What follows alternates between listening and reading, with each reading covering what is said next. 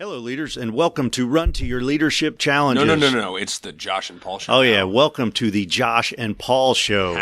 So we are here again from HR Houston, or the Gulf Coast Symposium, and I'm coming to you live with Joshua Evans, the CEO of Culture Consulting Associates. And today we're going to talk about, we're still on organizational culture, but today we're going to talk about the leadership challenge of influence, and Josh has 3 rules of influence that he's going to share with us today. So, Josh, tell us a little bit about these rules. Why do we need to influence our people, and why are these rules so impactful? Well, I think everybody wants the ability to influence their people. And to be honest with you, I think most people, if you're a good leader, you have the responsibility to influence your people in a responsible manner. You have to do it. You have to do it in a way that is not being manipulative. And so I've set up a couple of rules around influencing. I'm not going to give you my tips or techniques for how to influence people, right? That's obviously a whole different podcast. But let me give you my rules. If you're going to influence somebody, there's a couple of things you need to follow. The first thing is you have to be subtle. Influencing people cannot be done with a hammer and an axe. It needs to be done very subtly. And when I say subtle, I mean you need to be so gentle that they almost believe that the idea was theirs. That's what true influence is. If you come in and start yelling at somebody, it's not really an influence. At that point, you're just making demands, and nobody likes having that thrown on them. So if you're going to influence somebody, you got to be subtle. You really do. Yeah. The second thing that I tell people that they need to do if you're going to influence people is you have to be intentional about the influence you have. You can't be like, I just want to see if I can influence this person to, eat a ham sandwich for lunch. Or you can't. That's called manipulation, right? If you're just trying to make somebody do something for the sake of making them do something, that's manipulation, and nobody likes somebody being manipulated, and nobody likes being manipulated. And people pick up on that so quick. Absolutely. That intentionality or that fake intentionality. Right. And so it behooves you to be authentic in those sorts of situations. And I think there's some great examples out there of how people have done it in a way where they want to lead this person to a certain outcome, but they need to take the long way around. And it really just depends on the individual, and it depends on the leader themselves. But you have to be intentional. You can't just take your people out into the woods and leave them there. You have to know where you're trying to go if you're going to actually influence what they're doing. What a great analogy. And sometimes I think a lot of us do feel like we're out in the woods, stuck, stranded, and there's no Uber to pick us up. Well, and that's one of the biggest challenges of leadership, right? Is knowing how to get your team to be as effective as possible without being overbearing.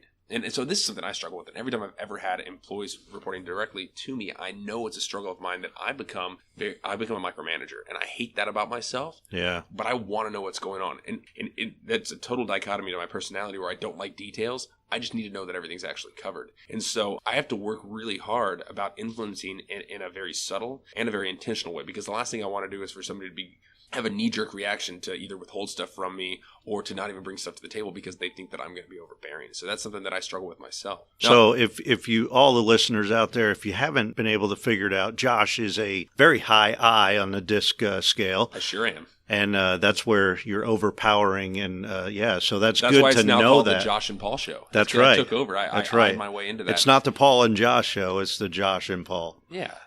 There you go. Well, and so then there's a third one, right? So the third rule for influencing other people, if you're going to influence other people, the third one is you have to do it altruistically.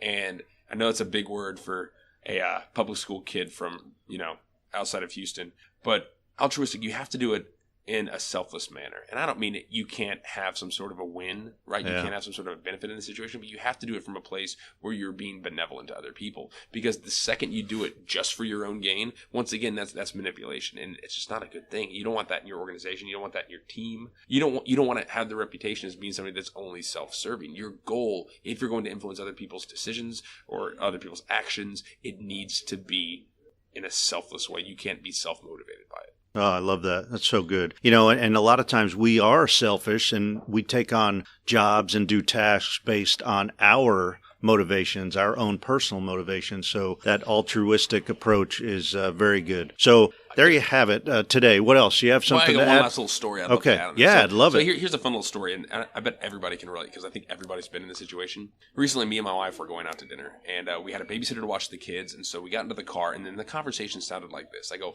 where do you want to go eat? And she goes, oh, I don't know. Where do you want to go? Oh, that's every time we go out. And so, I listed like 3 places. Like, okay, well, how about tacos? And she goes, no, I don't want tacos. Like, how about burgers? She goes, I don't want burgers. How about Thai food? And she goes, no, I don't want Thai food. And I go, okay, well, what do you want? She goes, oh, I don't care. But I mean, obviously that's a lie, Yeah. Paul. Because she just said no to 3 things. Right. And so she has some sort of an idea. She just doesn't Right. want to pick. And so I'm frustrated. She's hangry. And there's no resolution, right? So we're sitting in the driveway, frustrated at each other. Arguing. Yeah, arguing Yeah. with the babysitter watching us through the window. But I found out a way to influence. I haven't ever been there, by the way. You liar. So I found a way to influence my wife so she'll actually help me make a decision on where we're going to go so that neither of us gets frustrated and she doesn't get hangry and everybody's happy. And so here's what. How is that? I'd love to know that. Okay. Here's what it sounds like when me and my wife have the conversation. We get in the car and I'll ask her, right, just to give her the benefit of the doubt. I was like, where do you want to go eat? And she usually says, well, I don't care. She goes, where do you want to eat? And I go, oh, I already know where we're going to go eat. And then it triggers her curiosity. Right. So now her mind's working behind the scenes and she's not making a decision. She's trying to figure out where we're going. And she goes, where? And then I say, and this is the genius part, I say, guess. Oh. And then she guesses where we're going to go. And guess what? That's a place she's willing to go eat. And now I've averted all disaster. That's awesome. So does she always guess right the first time? Well, I don't actually come up with an idea. I just say Okay. guess. And then whatever she picks, she did guess right. Yeah. Oh. So do you always go with the first one? Well, not always. So if you're really smart about it, you'll go with the second one. You'll let her guess the first one, and then you hold on to that for the next time you go out to eat. Oh, Right? and So, that you makes save that you in your back pocket. And Yeah. then she goes, and I go, no, try again. And then the second place, she's willing to go there as well. So okay, we'll go out to. That's awesome. Churrasco's. So it gives We'll you go to- 2 times. Yeah, there you go. 2 places. That's awesome. Well, hey, It sounds manipulative. It It's does. It is. It's a little No, bit it's manipulation and influence, because it's influence, altruistic. I don't but want you're her to getting get hangry. Yeah, exactly. So you're getting her way. So you're not manipulating. I mean, you're picking her choice. I provided that her she's with the given you. best opportunity Right. to go where she wants. Right. So hey, that's great. We went a little long today than normal, but that's okay. It was all some great stuff. And as always, thank you for listening. And join us tomorrow again as we continue this talk on corporate culture. So if you enjoyed this show, please leave me a 5-star review on whatever platform you listen to on. And Josh, how can they get a hold of you? You can shoot me an email. No, you know what? Don't even shoot me an email. What you should do is check out my website, joshuamevans.com, or check me out on any social media platform @EnthusiasticU, or heck, they can check out my podcast. Your podcast. Yeah, so it's that'll be the Paul Culture and Josh show Cleaner. pretty soon, maybe. No. I'm going to keep that one myself. Okay.